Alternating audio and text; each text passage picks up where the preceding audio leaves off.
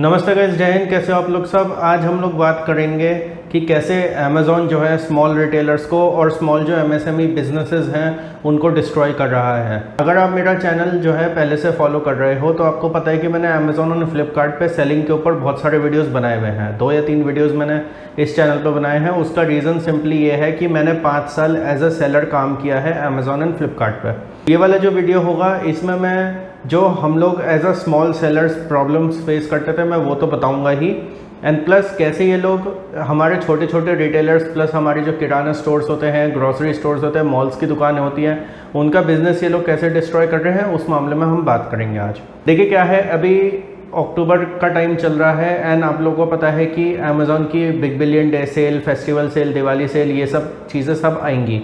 फ्लिपकार्ट की भी आएगी, अमेज़ॉन की भी आएगी, दोनों की आएगी। बट देखिए क्या है, इस वीडियो में हम लोग स्पेसिफिकली अमेज़ॉन के बारे में बात करेंगे। हालांकि Flipkart is also multi billion dollar company, but यह है कि अमेज़ॉन का जो है एक ग्लोबल प्रेजेंस है and Jeff Bezos is the richest person on earth. वो चाहे तो अपने हिसाब से पॉलिसीज़ बनवा सकते हैं, वो चाहे तो कुछ भी कर सकते हैं। अभी एक RSS लिंक्ड मैगजीन है पंचजनिया करके, उनका एक आर्टिकल भी पढ़ा मैंने जिसमें ये चीज़ थी कि एक एलिगेशन है कि 1.2 बिलियन डॉलर की रिश्वत दी जाती है इंडिया में ताकि जो पॉलिसीज़ हैं गवर्नमेंट की वो अमेज़ॉन के हिसाब से बनाई जाए। अब हालांकि ये सब तो एलिगेशंस हैं एंड इनफैक्ट ऐसी एलिगेशंस यूएस में भी हैं। तो इवन यूएस जो कि उनका होम कंट्री है वो भी खुद इन पे इन्वेस्टिगेशन कर रहा है कि क्या अमेज़ॉन ऐसी कुछ एक्टिविटीज़ कर रहा है या नहीं कर रहा है। इवन पंचजन्य का जो आर्टिकल है उसमें तो अमेज़ॉन को ईस्ट इंडिया कंपनी 2.0 भी बोला गया है। अब अमेज़ॉन कैसे छोटे बिजनेसेस को डिस्ट्रॉय करता है ये मैं 3 चीज़ों के बेसिस पे बताऊंगा। एक जो इस रिपोर्ट में लिखा हुआ है, दूसरा जो मेरे एक्सपीरियंसेस थे, एंड तीसरा जो मैंने छोटे छोटे रिटेलरों से जो मैंने बात करी है, प्लस मेरा भी एक फ्रेंड है जो नेहरू प्लेस में एक रिटेलर है, प्लस 1-2 और मेरे जो दोस्त हैं जो अलग अलग शहरों में रिटेलर्स हैं, उनसे भी जो मैंने बात करी है, उनके एक्सपीरियंसेस के बेसिस पे मैं आपको बताऊँगा ये 5 पॉइंट्स।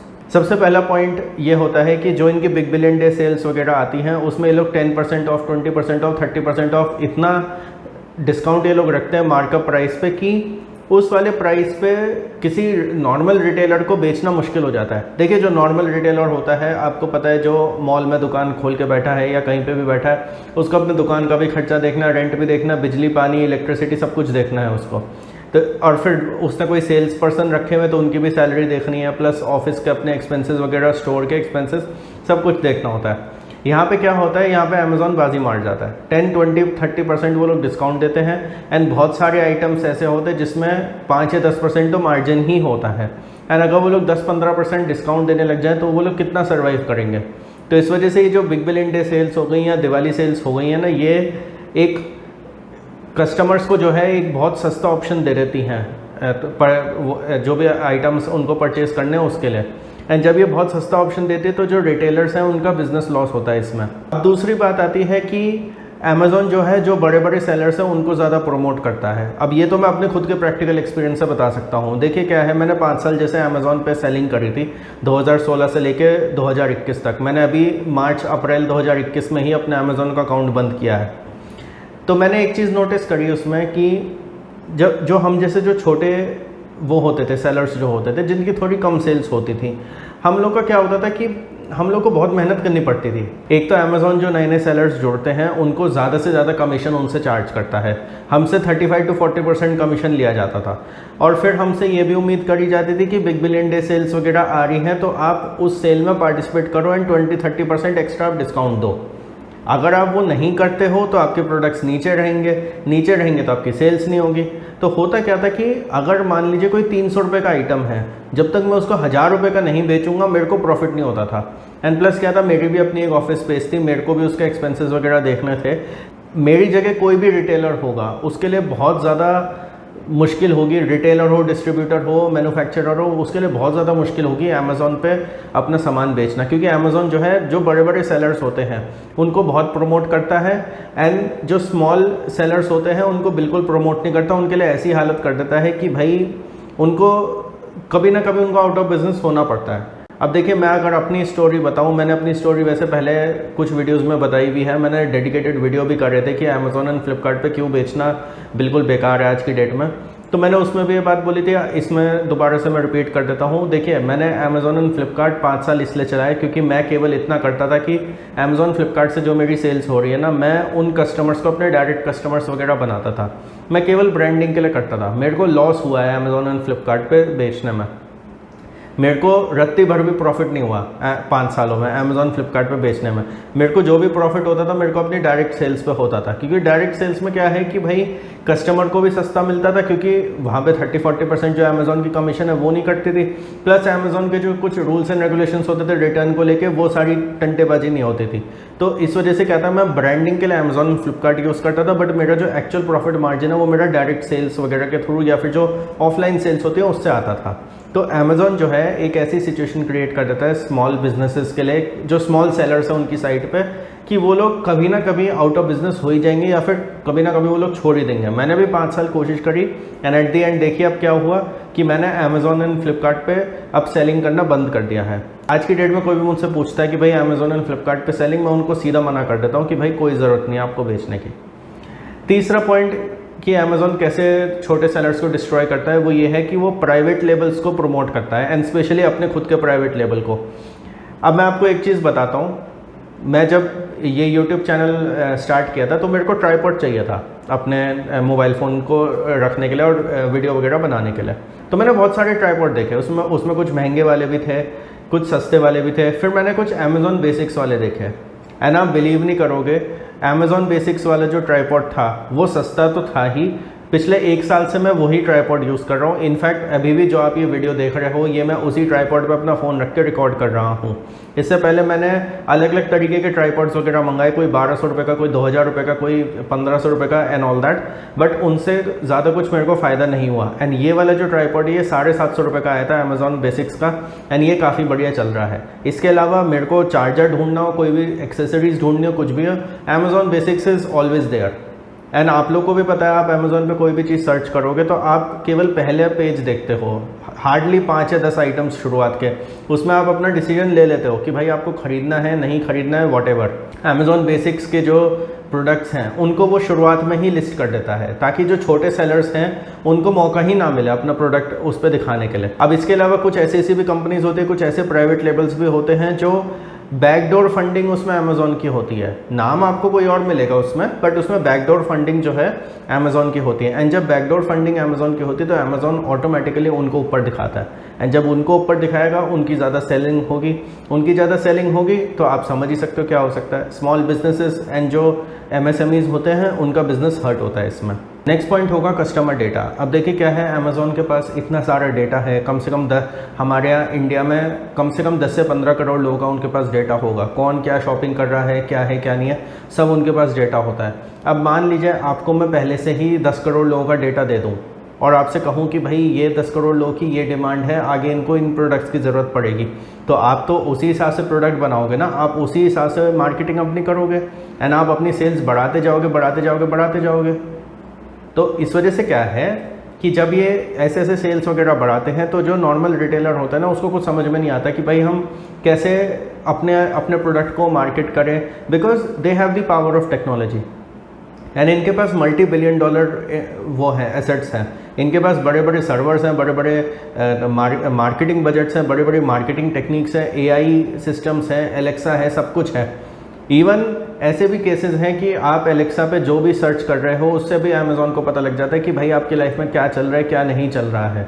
अमेज़ॉन के पास एक मोनोपोली तो है एंड वो इन सब चीज़ों को यूज़ कर के जो है, जो MSME का बिज़नेस होता है, जो रिटेलर्स होते हैं, उनको डिस्ट्रॉय कर रहा है। देखिए क्या है, नो डाउट अब कुछ लोग हो सकता है कहें कि भाई अमेज़ॉन वाले नौकरियां भी तो देते हैं, वो अगर 4 लाख नौकरियां दे रहे हैं ना, तो वो कम से कम 40 लाख नौकरियां ले जाते हैं जो भी रिटेलरों की होती है। अगला पॉइंट होगा डीप पॉकेट्स। अब देखिए डीप पॉकेट्स का मतलब क्या है, मैंने आपको पहले पॉइंट में बताया कि भाई दिवाली सेल, ये सेल, वो सेल, एक्सचेंज बोनस, आप कोई मोबाइल फ़ोन एक्सचेंज करो तो आपको अच्छा खासा एक्सचेंज बोनस मिलता है and all those things.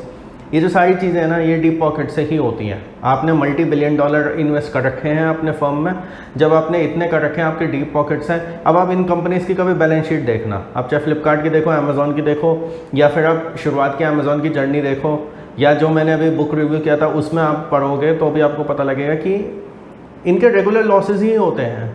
And to be very frank, अगर आपको ये लग रहा है कि अमेज़ॉन जो है बहुत अच्छी कंपनी है, ई कॉमर्स कंपनी ये है वो है, तो let me clear one thing to each and every one of you. Amazon की सबसे ज़्यादा प्रॉफिट मार्जिन, सबसे ज़्यादा जो उनका रेवेन्यू आता है वो उनका अमेज़ॉन वेब सर्विसेज से आता है। अमेज़ॉन वेब सर्विसेज अगर आप लोगों को नहीं पता मैं आपको बता देता हूँ, उनके क्लाउड कंप्यूटिंग की सर्विस है जो बड़े बड़े कॉरपोरेशंस को क्लाउड कंप्यूटिंग की इंफ्रास्ट्रक्चर प्रोवाइड करता है, सर्विस देता है। तो अमेज़ॉन वेब सर्विसेज जो है ना, ये सबसे ज़्यादा उनके लिए रेवेन्यू लेकर आता है। They can easily afford to function at a loss.